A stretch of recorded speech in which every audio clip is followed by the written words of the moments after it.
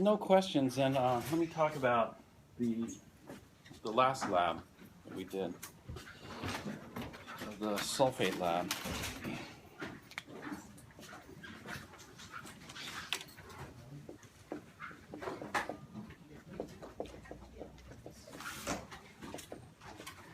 And so what did we do in the sulfate analysis? We had an unknown. Fortunately, the unknown was water soluble, so that tells you it can't contain what? If the unknown's water soluble, then obviously it can't contain silver, lead, mercury 1, mercury 2, calcium, strontium, barium, because all those are insoluble. And so we already have some clues as to what the unknown can't contain, at least in significant quantities. And then we dissolved it to free up the sulfate ion from the solid state, and then we isolated the sulfate by precipitating out with barium ions, right? But, during the precipitation, some things could interfere with that particular isolation step. What were those things that could interfere? These things are called interferences. Anything that forms an insoluble precipitate with barium, which would be what?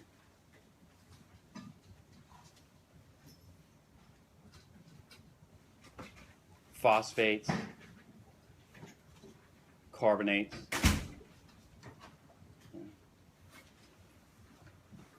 Phosphates and carbonates, pretty much. And so, anything else that could potentially precipitate out with barium?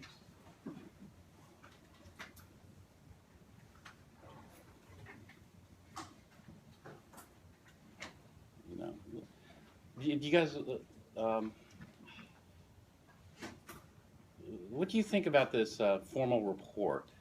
What types of stuff go into a formal report? A formal report can be very easy or it can be very difficult. If everything I said is okay, then it shouldn't be hard. It should be pretty easy. Because all you're going to do is just rewrite it to a formal report. Some format, just kind of organize it. You could do some additional research. But we get rid of those interferences, and then we get the barium sulfate, which we, make sure that we filter off and clean properly. Right. We also had to make sure that we captured all the sulfate as barium sulfate, and so there were tests that were involved there. What was the test that was involved in making sure we captured all the sulfate?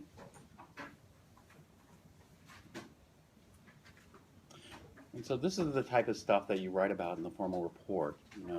You go through the whole analysis, and then you can, by the end of it, say, it is pretty certain that we have fairly pure barium sulfate. Right?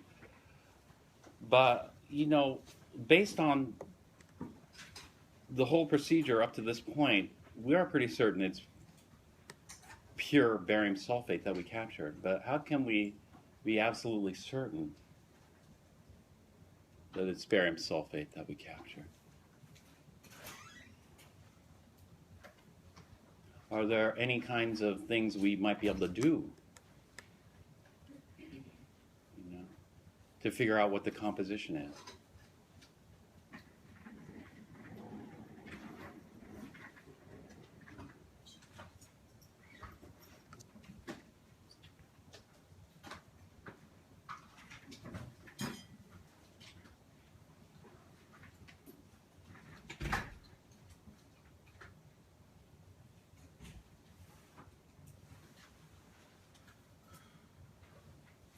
Well, you could look back in your notes. It should be there, some other techniques that we could use if we had the resources to do it. We had talked about that earlier. And so we want to make sure that we can convince the reader that it is indeed barium sulfate, and it is indeed pure. And the stronger your argument for this, the better your paper will be, and the higher grade, of course, you'll receive. And so the paper is based on your understanding of the chemistry that's happening here, and your ability to just explain explain what's happening and make a convincing argument that we did indeed isolate barium sulfate, and all the sulfate came from the unknown. Okay, that's it. The calculations are really easy for this experiment. You know, the percent sulfate is just calculated. I'm going to write down the calculations here because some of the equations don't have in the procedure itself. But you know, all we need is the mass of the sulfate. The mass of the sulfate over the mass of the sample times 100%. And the mass of the sulfate, this is going to come from stoichiometry. You know, we have the grams of barium sulfate, which from our report, you know, the discussion part of the report will convince the reader that yes, this is barium sulfate that we have. Right? And it's your job to convince the reader, because the readers are, you know, when you go in science, you're going to be faced with a lot of critics, you know. And they aren't trying to be mean or anything, but you know, it can sound nasty because they might just blast all your work. But what they're trying to do is just make sure there are no holes in it. Well, yeah, you're going to make this argument here. You know, it's like who was that guy who came up with the first meaningful atomic theory? What was his name? I don't expect you to know a lot of names, but this person's name I'd expect you to know. Dalton. Good. It's like Dalton trying to convince everybody that atoms way. You're trying to convince everybody that this is barium sulfate. Anyway, we go on. Actually, I'm not going to do this that much detail. We go to grams to moles, barium sulfate. And then here we can use the mole ratio to go to moles of sulfate, and then grams of sulfate. So just some simple stoichiometry, chapter 3 or chapter 4 stoichiometry will give us that. The mass of the sample, we weighed this, you know. And so how many sig figs will we have in this analysis? Well, the grams of barium sulfate, we're going to have a minimum of 4, perhaps 5 sig figs. 4 or 5 sig figs, so we'll get 4 or 5 sig figs at the top. The mass of the sample, I think, was how many sig figs? 4 or 5, depends on how many grams you weighed. And so we'll have at least 4 sig figs in our sulfate analysis. The sig figs is one part of precision. You know, to have a precise measurement, you want a lot of sig figs, right? What's another part of precision?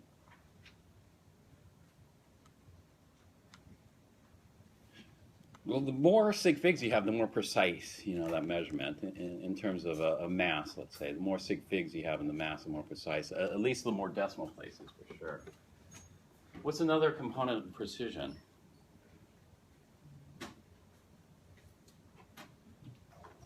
Doing it more than once.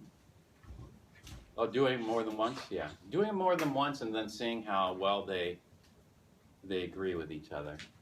And so we're going to have 3 trials, right? And so you're going to do this. For trial 1, you'll calculate the percent sulfate. Trial 2 and trial 3. So we're going to get 3 values here for the percent sulfate. And what we're going to do is we're going to do an additional calculation that just kind of gives us an idea about the precision, let's say, of these data here. And that is, you know, we're going to calculate the average. From these 3 trials, we'll calculate the average. The average is going to be the percent sulfate from 1 plus, in other words, we'll just sum up the percent sulfates and divide by the number of trials, and we'll call it. This is 3. And so we're going to report our average here.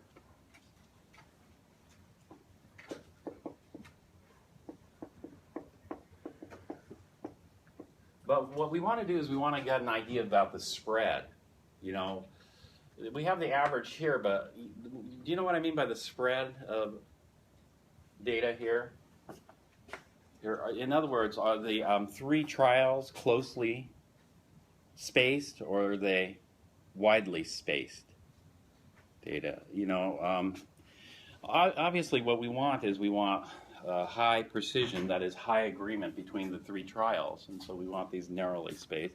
And that, if we assume that there are no systematic errors, then the average would be the best, because that would help us eliminate the random error. In fact, if there's no systematic error, and we took an infinite number of trials, we'd expect that, some trials are high, some trials are low, and if we had an infinite number of trials, the high ones cancel out the low ones, and the average would be right on. The average should be the true value, right? But we didn't take an infinite number of trials, we just took 3 trials here. And so how do we handle this? Well, the same thing, we're going to take the average. And then what we're going to do is we're going to report the average like this, and so we'll get some amount of sulfate plus or minus something called the the 95% confidence interval or confidence limit. We'll call it interval, maybe that's.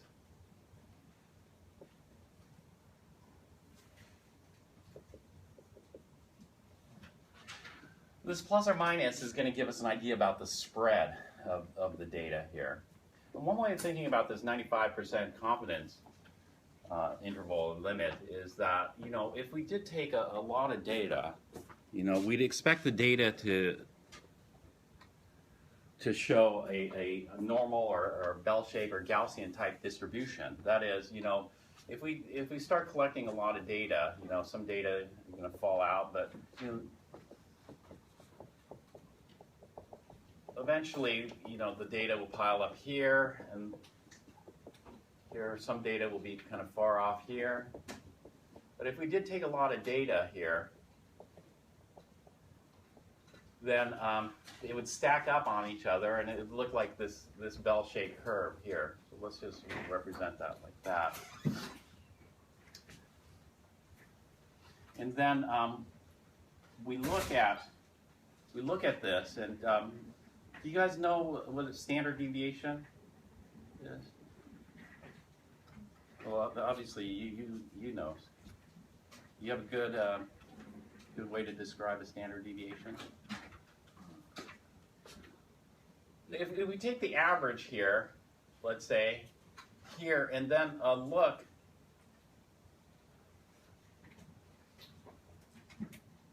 at plus or minus 1 standard deviation. And the standard deviation will have different symbols depending on what book. Should I review? Plus or minus 1 standard deviation. If we do plus or minus 1 standard deviation, then what that does is it captures what percent of these points here, or what percent of the area under this curve. Somebody know? 68%. And so we'd have 68% of that. And so 68% of the points would lie within 1 standard deviation. Within 1.95 standard deviations, almost 2 standard deviations. If we do plus or minus 1.95 standard deviations,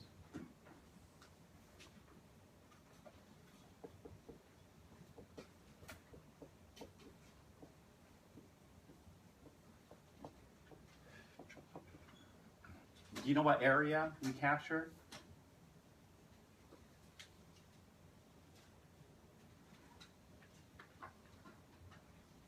How much of the area of the curve we captured? 1.95. We captured 95%. And so our 95% confidence limit will be simulating this bell-shaped curve here. If we have an infinite amount of data, then yeah, 1.95 standard deviations plus or minus will give us our 95% confidence limit. And so this is our average plus or minus 1.95 standard deviations, which will give us 95% of the area. But the problem is we're not taking an infinite amount of data, right? We're just taking our first 3 data points, and where's our first 3 data points going to be? You know, hopefully they're here, but what if your first 3 data points are here, here, and here? You know, it would be nice if they were those tightly spaced right where they should be, right here, 3 data points, right? But what if your data points were here, out here, and maybe 1 here instead? Well, what we're going to do is we're going to just kind of approximate this distribution with a finite number of data points, and so we're going to change the equations a little bit in order to do that. And so let me just give you the equations that you'll use in order to calculate this. All right, so the first one will be the standard deviation. Let's go ahead and give you the formula for the standard deviation. Let me just get this symbol.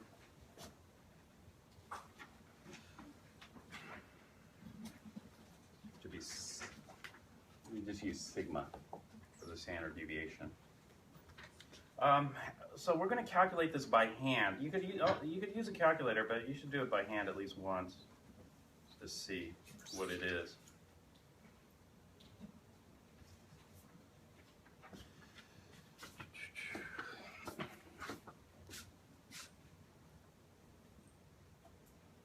Actually, we're going to do that.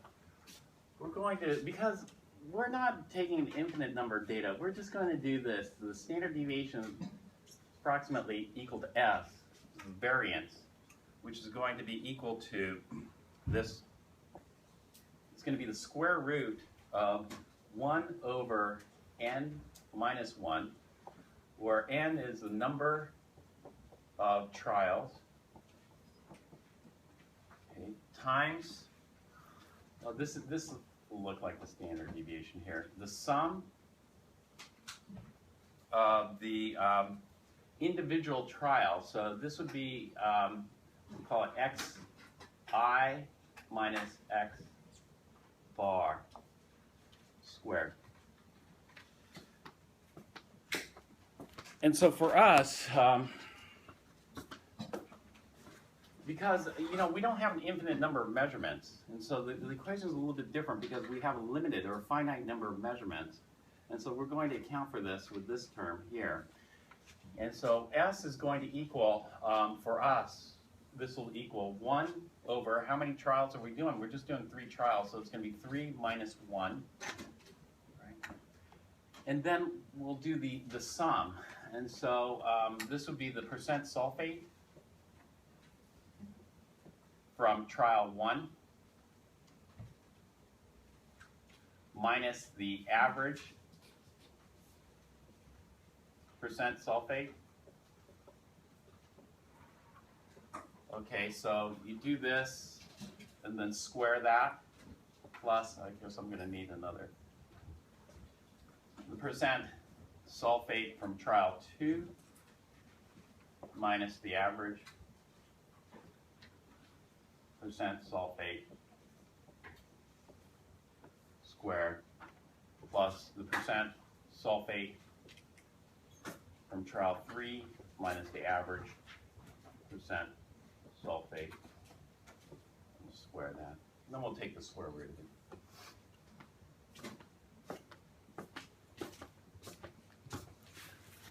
So we'll calculate that.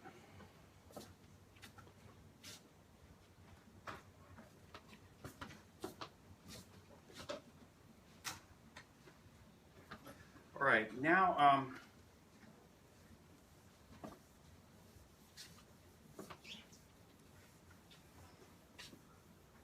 we're going to get the 95% confidence limit, which will be given by lambda.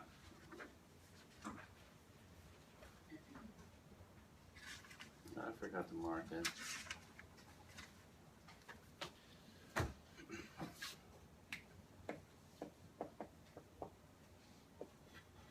it CL, confidence or confidence limit, or CI for confidence interval. But the lambda 95% is going to equal, well, lambda in general, this will equal S, actually,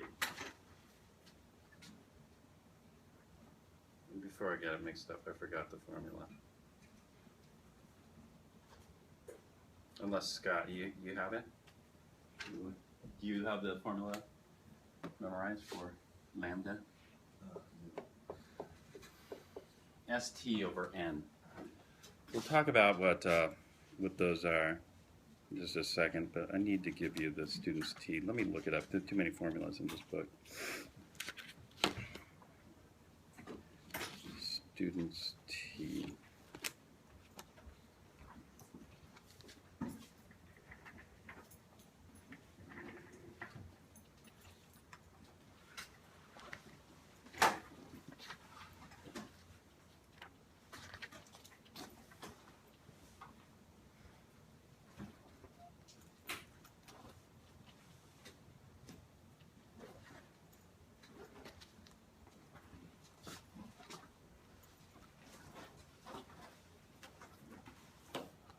You know what? I grabbed the wrong book because this book doesn't have my T distribution table. Shoot.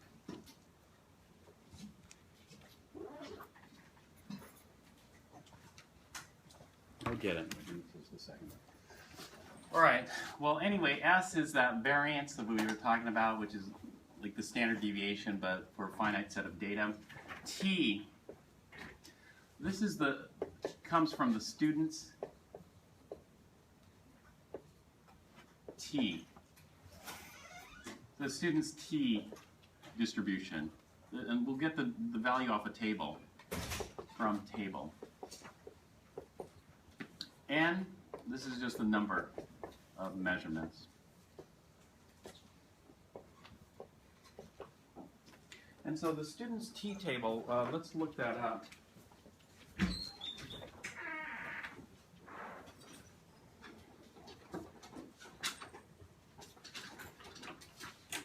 Right now, let me put this down a little bit.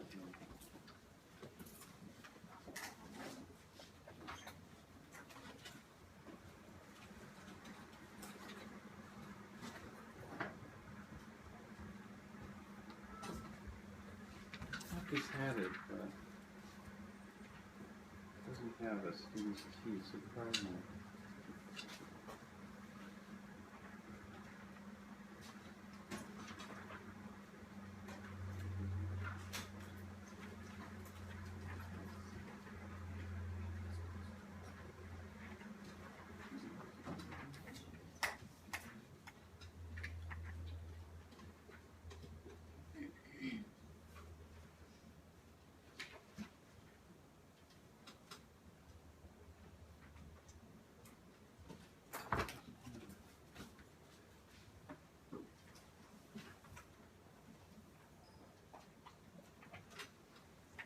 You can look up more information on this on the web. It's not in our book.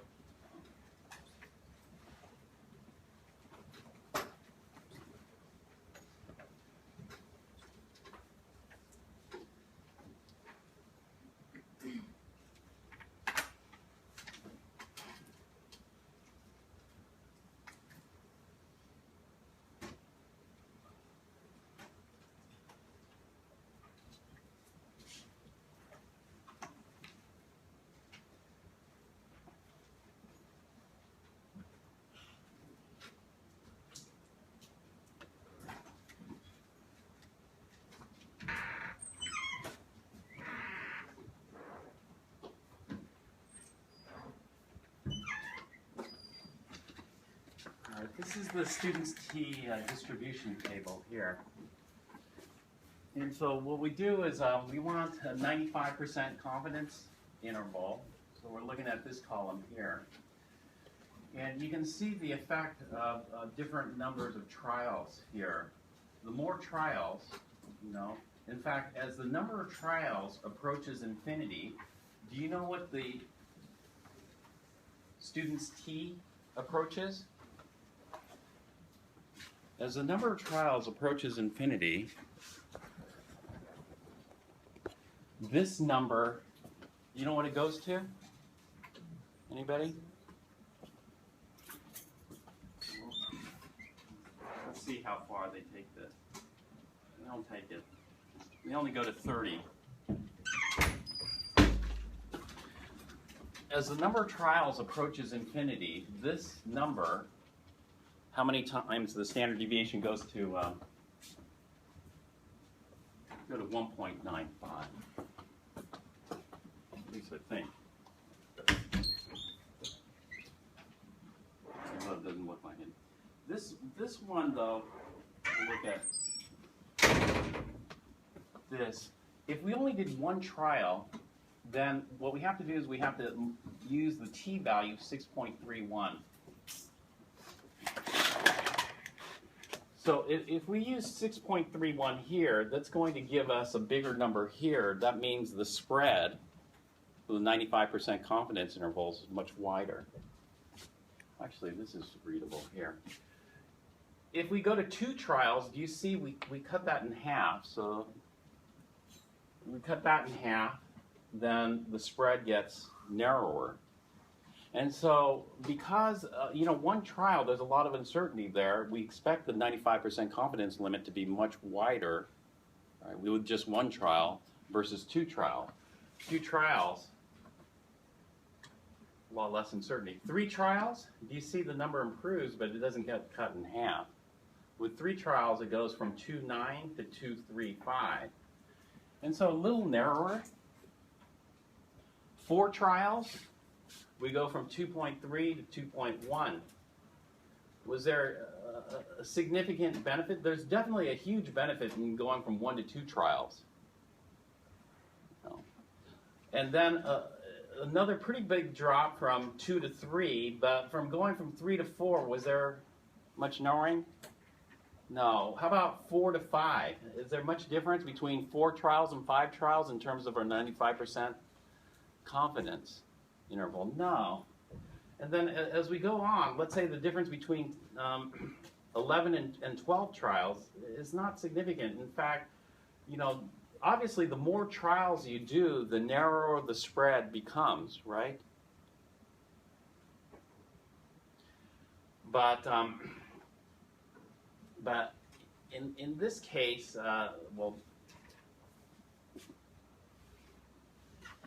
the biggest payoff would come probably, what would you say? If you want to balance time versus, trying to get the best average we can, what would you say the best compromise is? How many trials should you do? Like somebody might say, I want to do 20 trials. And so I'm going to do 20 titrations and make sure each titration, collect the data. Versus somebody who said, I'm going to do 10 trials. Is the person who's going to do 20 trials going to get twice as good results versus the person who does 10? Not necessarily. And so what we're going to do is we're going to look at the biggest, and the biggest would be probably here. And so the standard is we like to take at least 3 trials. The drop from 1 trial is not good enough. 2 trials still, but there's a big benefit in going from 2 to 3. Is there a big benefit in going from 3 to 4? Yes, there is a benefit, but is it a significant benefit? No. And so typically we stop at 3 trials, so most of the experiments you'll see are run at 3 trials. Okay, that'll give us a decent 95% confidence. And so the t factor for 3 trials here is going to be 2.3534. Some people, they accidentally lost a sample, and so rather than having 3 trials, they're going to have 2 trials. So they use 2.92 here. The S is the variance that we calculated over there. It's not exactly the standard deviation. It's not exactly the standard deviation because it's also has the number of trials included in there. And then n is just the number of measurements. And so when we report this, we're going to report the average plus or minus our lambda. And that gives us some idea of the spread. Hopefully, you know, we want a lambda that's pretty small and gives us a narrow range. And one way of thinking about this is that maybe, you know, what we say is that, you know, we have the average plus or minus this range, and we say the true value, there's 95% probability the true value is somewhere in that range. That's one way of thinking about this. All right, so this is one extra calculation you're going to do in the report. But again, the report's not just the calculation. The report is the whole analysis of this. And you know, the conclusion, a lot of people say, okay, the conclusion is just a summary of what I just wrote. No, in science, a conclusion is not a summary of what you just wrote. In science, a conclusion is, you know, where would you take this? You know, what's the next step? You know, a lot of times when you write a report, you're not done with the work. If you were truly done with the work, you might have to stay there many, many more years. You know, what science is just stepping stones, right? And you're just building up. And so you collect enough data to write some report. You write that report, but you know, in the conclusion, you say where you want to take this, where you would like to take this work. You know, what you would like to do, you know, to more better understand the system. And so the report is going to have different parts to it, and let's just briefly talk about the parts of the report. I'm going to post something on Piazza about the formal report. In a formal report, the first section is the abstract. This is the written part. Obviously, you have name, title, other stuff, but the abstract is going to take some time because the abstract is a one-paragraph synopsis of everything, including the concluding results. And so the reason we have a one-paragraph synopsis is because a lot of people don't, you know, this work is secondary to their research. They just want a one-paragraph quick summary of everything, like, and including the percent sulfate. And so the abstract, you'd say how much percent sulfate you'd found in here and how you did it, briefly. And so it's like a spoiler. The reason is because 90% of the people that read the paper don't read the whole report. There's too much reading, not enough time. And so most people just read abstracts. In fact, there are huge books of abstracts, and people just read abstracts. When they find a paper that they like, they circle that abstract and then go find the whole paper to read the whole paper. You know, but most people are just going to read the abstract. And so this could be written at the end or at the beginning. Then the intro. The intro gives a little historical perspective. You know, your conclusion is what you want to do in the future.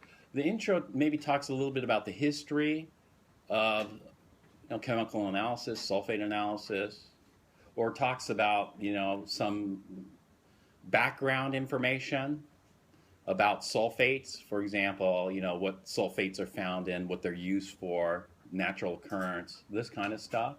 And so, in other words, this is some background and history into sulfates or sulfate analysis or chemical analysis, whatever you want. The intro, you just do a little bit of research to get the intro. And then something called the experimental section. The experimental section talks about what you mix together, you know, how many grams, how many milliliters.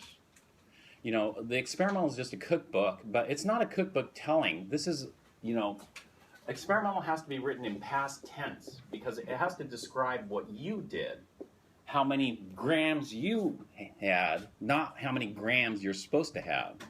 You know, how many grams you had, how many drops, how many milliliters. In the experimental, we don't really talk about the chemistry that's happening. It's just nuts and bolts. You know, it's cookbook. So you don't really have to have a PhD in chemistry to understand it. You just, anybody should be able to do it, even a non-chemist. You just mix this, mix that kind of thing, right? And so this is like the procedure, but unlike the procedure is written, you know, for you to do. This is a description of what you actually did. That's the experimental section. And then this is the section you need to spend the most time on. This is the discussion section. This is what, you know, this is why, what are you going to talk about in the discussion section? Well, what I was just talking about at the beginning. This is what you're going to talk about.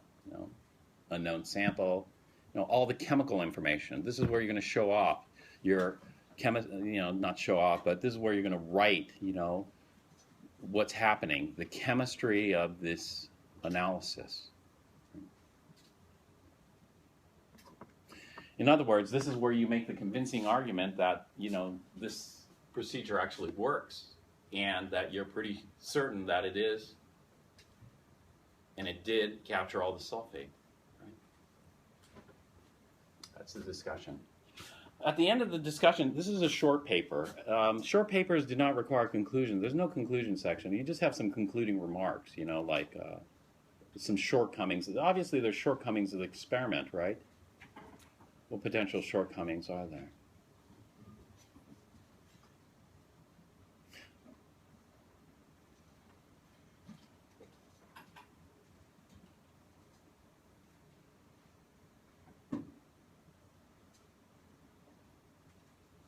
If somebody asked you to prove this white solid is barium sulfate, how would you prove it? Prove to me that white solid in your crucible is barium sulfate, pure barium sulfate. That's the kind of thing that people want to know.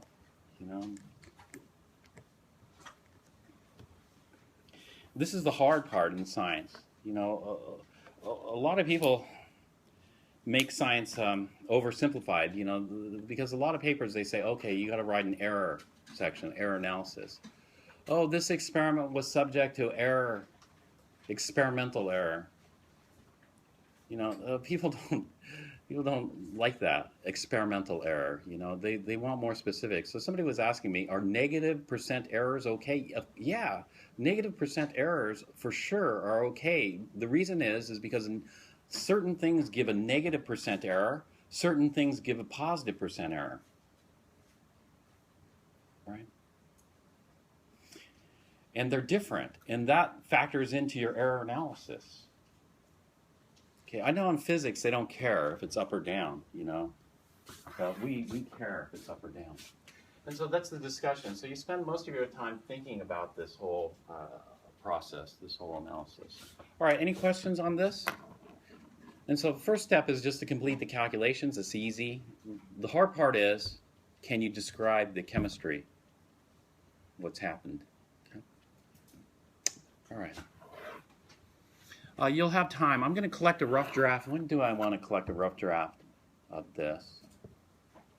Let's collect a rough draft soon. The thing that will help you with this is you can work with your partner on this report. You're going to turn in one report per group.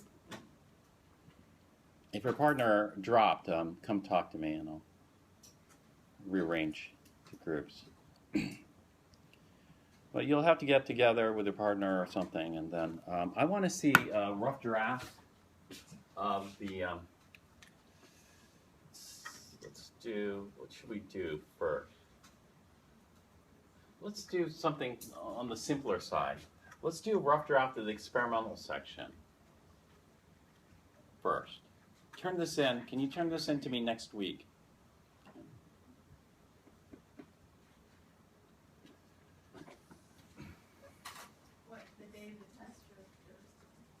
The test is on Tuesday, so we'll do it Thursday.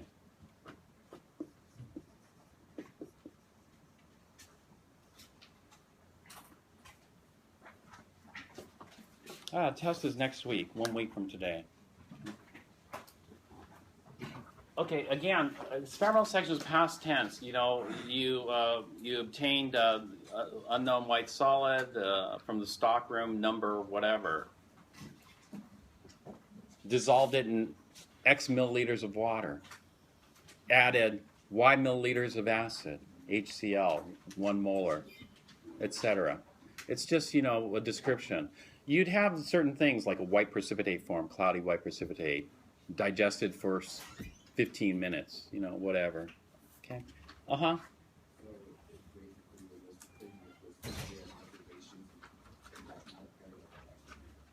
Yeah, in a paragraph. This is paragraph format. This is not list. You don't have list. most journals hate lists. Don't give me a list of equipment either. If it's standard piece of equipment, you don't have to specify, you know. Like, for example, you don't have to specify, I walked to the balance room, 15 steps or 30 steps to the balance room. I spent 20 minutes in the balance room. You don't have to specify that. You don't have to specify that you even used a beaker. You dissolved the unknown sample. You don't have to have a beaker.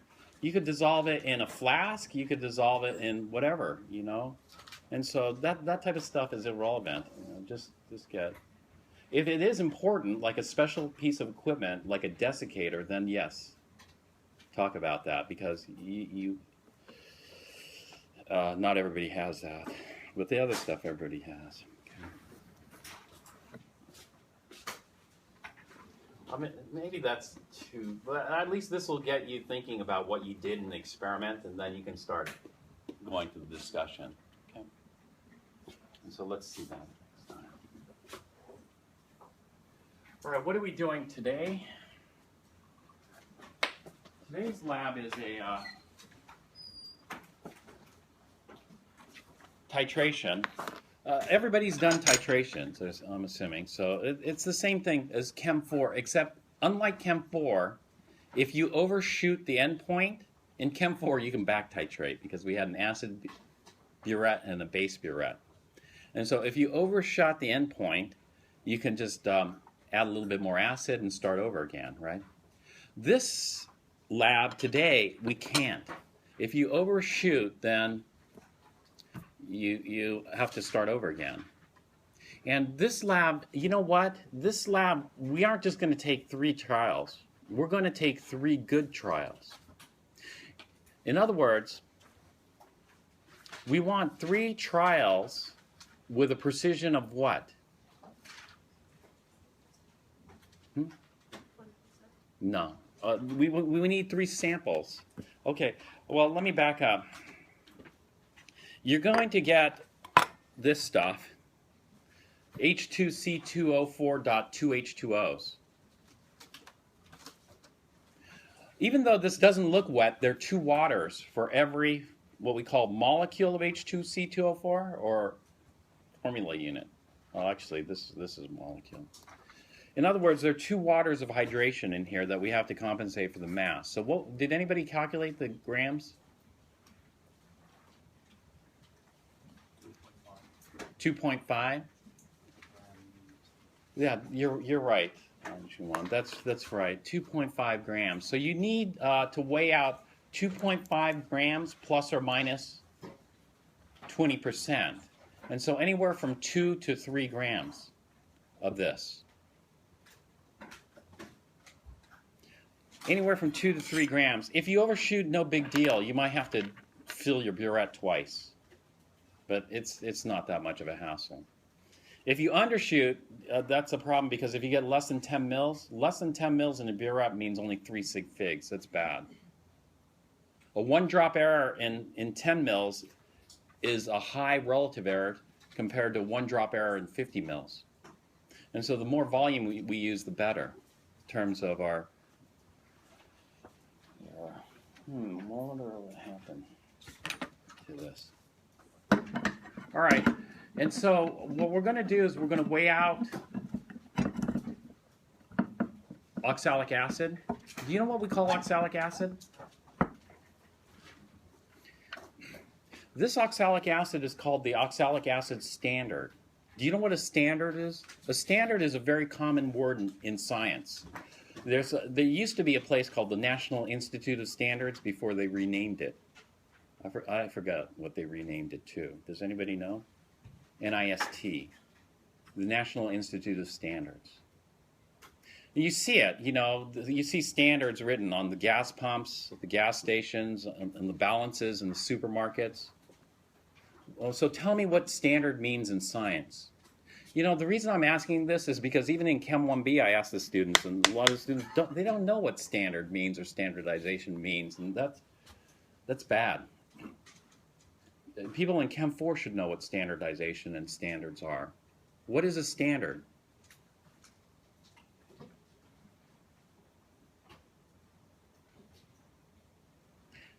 unfortunately, our book doesn't have a paragraph on standards.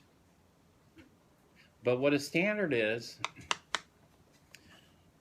and it's something that has high purity, you know, at least 99.99. The more nines, have you heard this? Like 5 nines purity. Have you ever heard something like that? 6 nines. You hear this when you're buying chemicals. When you're buying chemicals, you get 2 nines purity. That's called technical grade.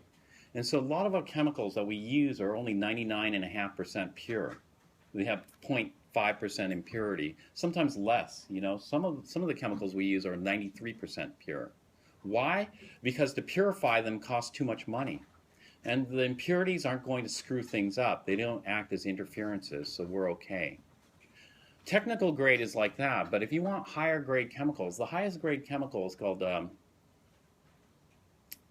what is the highest grade chemical? They have different names for the highest grade. They rank them as far as grades go. We usually get analytical grade stuff. Analytical grade has the highest purity you can get. Usually that's like 4 nines, 99.99, 5 nines, 99.999, etc. percent pure. Pharmaceutical grade, food grade isn't as pure as you might think, you know. But anyway, it's because it's too expensive to use analytical grade in food, for sure. All right, so a standard, like oxalic acid standard, this is analytical grade stuff, high purity. A standard should have a reliable measuring form. Liquids are hard to measure reliably, you know, like pipetting, pain, other things. It's easy to make a mistake. Weighing is highly reliable. And so most standard reagents are solids that are stable. The anhydrous oxalic acid is not. Anhydrous oxalic acid wouldn't be a standard unless you had something called a dry box to weigh it.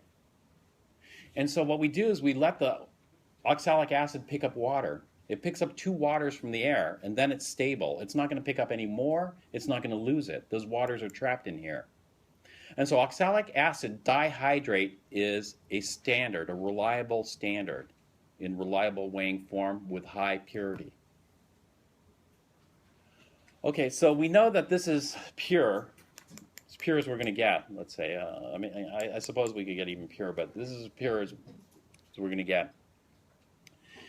And so we're going to know this to, well, whatever the molar mass is. And I said we're going to get this molar mass to 2 sig figs. So, Jim Wan, you calculated correctly. But we have to incorporate the water. So the easiest thing to do is to add it, .2 H2Os.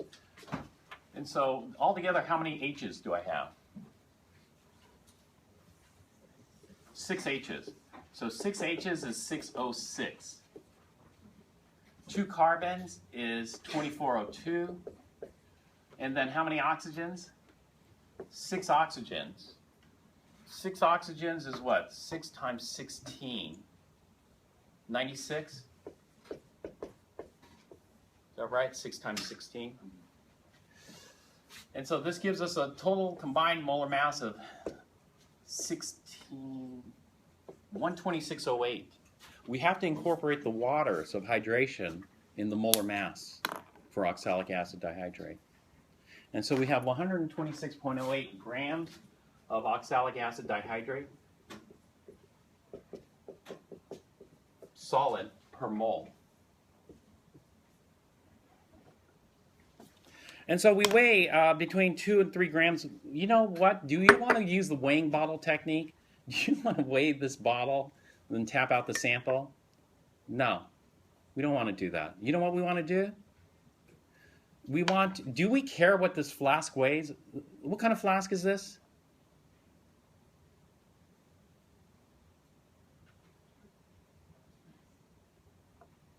What kind of flask is this? Erlenmeyer, thank you. Erlenmeyer flask. Do we care what it weighs? No, so you can handle it with your fingers. Put it on the balance and do what? tear it. I don't care if there are fingerprints on there. Do I care if there are fingerprints on this? No. And then tap in, how many? 2 to 3 grams. Then done. It's stable. Do I have to put this in a desiccator, cap it, dry it? No. And then do that for 3 flasks. And then oxalic acid, we have to dissolve it in water, right? And so we'll dissolve it in a little bit of water. Does the amount of water change how much titrant I use? No. No, it's the number of moles of acid. Number of moles of acid, it doesn't matter if I add a little bit more water or a little bit less. And so just squirt in some water here, dissolve your acid. And then we need our indicator. What's our indicator? Phenolphthalein. Make sure we dissolve it all, and then we prepare a burette with sodium hydroxide. We get the air out of the tip, and we start titrating. You want a light pink color here that lasts for how long? You want a light pink color that lasts for 30 seconds. If it lasts for 30 seconds, that's fine. If it disappears after 30 seconds, that's fine. Why? Why will it disappear after 30 seconds? Or,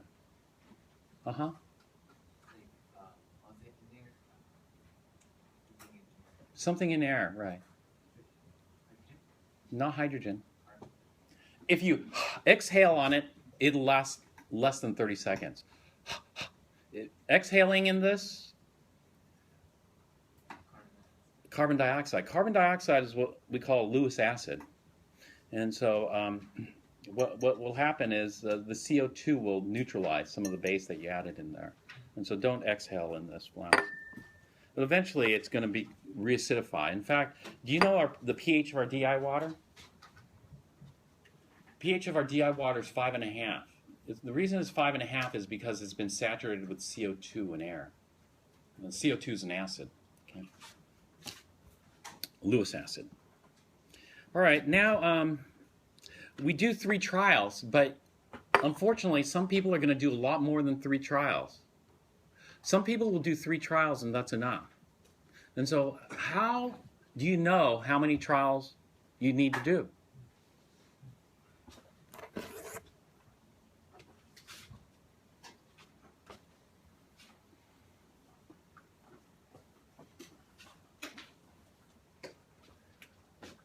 You pick your best 3 runs.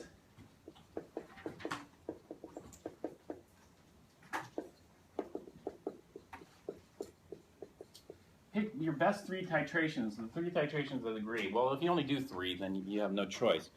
And then you pick the, what we're going to do is we're going to take the ratio just to save ourselves some time. Or maybe we should just calculate.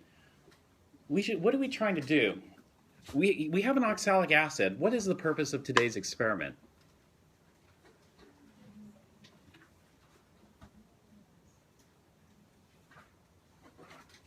Boy, do I need to do pre-lab quiz next time?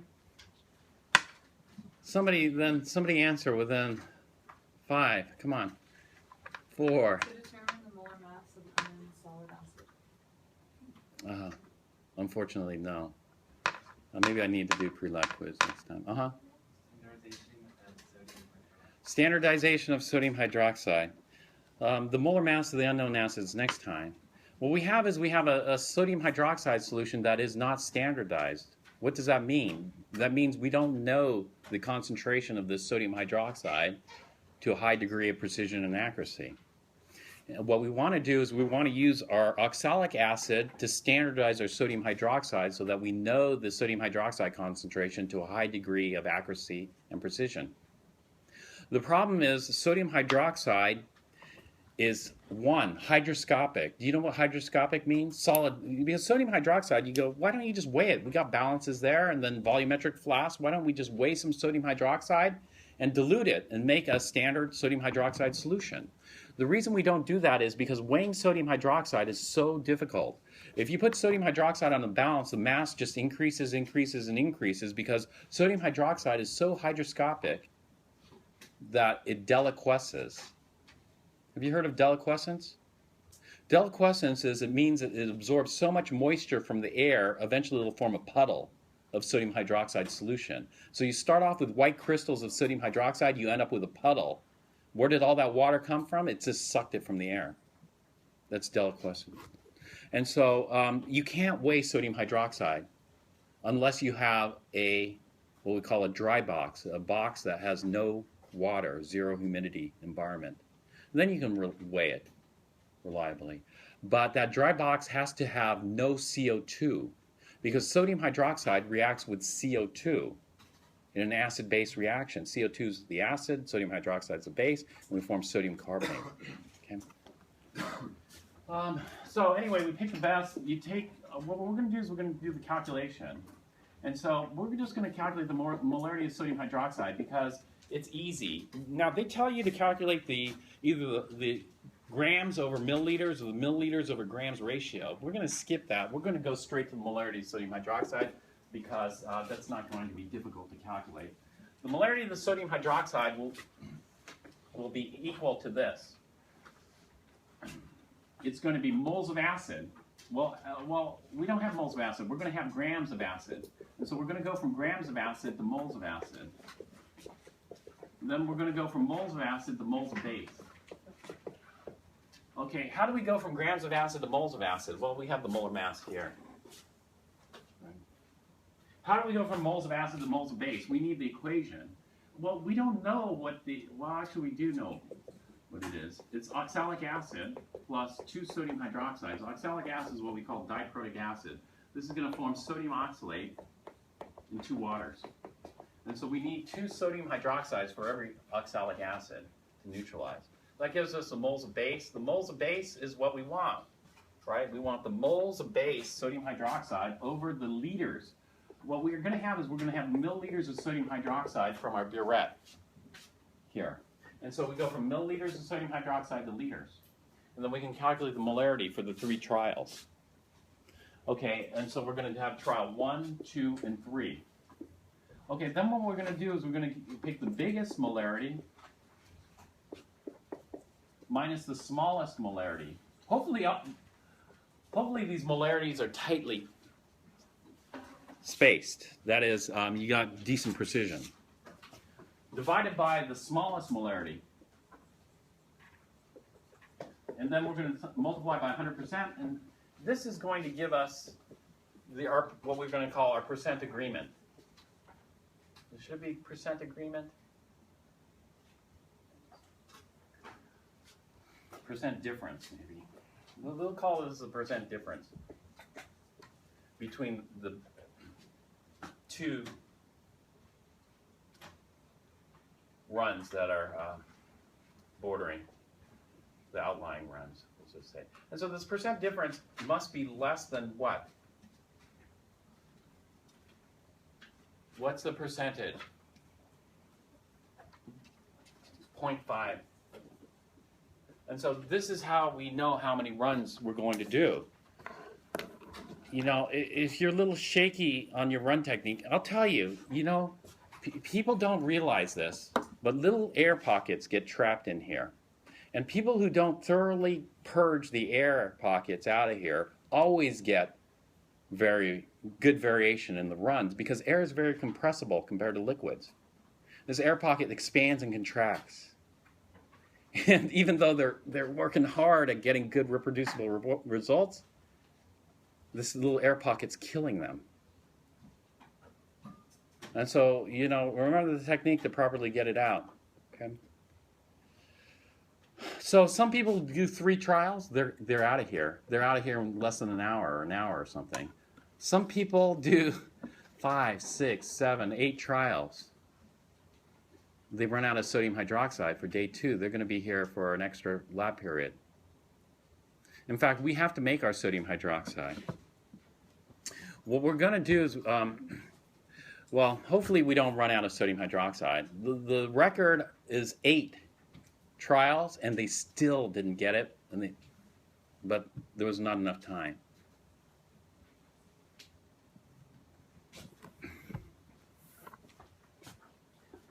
All right, so is that clear? Okay, now the sodium hydroxide, we're going to make roughly. We're going to make it using 6 molar sodium hydroxide. Do you think that 6 molar sodium hydroxide, the stockroom mixed up and put in the bottle over here, is standard? Do you think the stockroom carefully measured out 6 moles of sodium hydroxide and then used a volume? No, they just roughly made it. And so that 6 molar is probably only good to 1 sig fig. I would say that 6 molar sodium hydroxide in that bottle over there is anywhere between 5.5 and 6.5 molar. 1 sig fig of precision. That's not good enough for us. And so we want to know that accurately. Well, you guys, Junwan, you did the solution dilution? Who did the solution dilution for the sodium hydroxide? How many milliliters of 6 molar sodium hydroxide do you need to mix in the 500 milliliter, what's this flask called?